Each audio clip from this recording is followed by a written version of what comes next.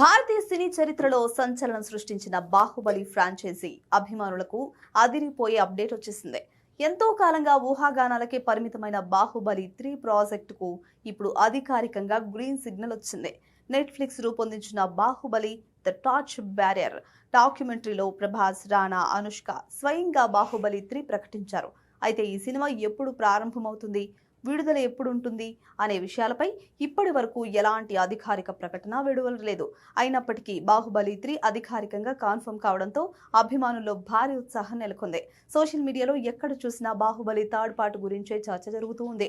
మరి బాహుబలి 3 ఇప్పట్లో సాధ్యమేనా అంటే అసాధ్యంగానే కనిపిస్తుంది. ఎందుకంటే ప్రభాస్ ముందు భారీ ప్రాజెక్ట్స్ ఉన్నాయి. ఫౌజీ, స్పిరిట్, కల్కి 2, సలార్ 2 లైన్లో ఉన్నాయి. ఈ సినిమాలు కంప్లీట్ కావడానికి కనీసం 2 ఏళ్లైనా పడుతుంది. మరోవైపు రాజమౌళి, మహేష్ బాబు వారణాసితో బిజీగా ఉన్నారు. ఈ సినిమా వచ్చే ఏడాది ఏప్రిల్ 7న రిలీజ్కి షెడ్యూల్ చేయబడింది. దీని తర్వాత రాజమౌళి స్టెప్ ఏంటనేది ఇప్పుడే చెప్పలేం.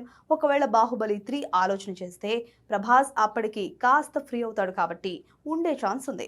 కానీ రానా పెద్దగా సినిమా చేయడం లేదు. అనుష్క పూర్తిగా సినిమాలకు దూరం అయిపోయింది. మిగతా కాస్టింగ్ ను సెట్ చేయడం అంత ఈజీ కాదు. ఈ లెక్కన చూస్తే బాహుబలి 3 ఉంటుందని ఖచ్చితంగా చెప్పలేం. ప్రస్తుతానికి మాత్రం ఈ అనౌన్స్మెంట్ ఫ్యాన్స్ కు ఫుల్ కిక్ ఇస్తోంది. మరి రాజమౌళి ప్లాన్ ఏంటో తెలియాలంటే ఇంకొన్నాళ్ళు వెయిట్ చేయాల్సిందే.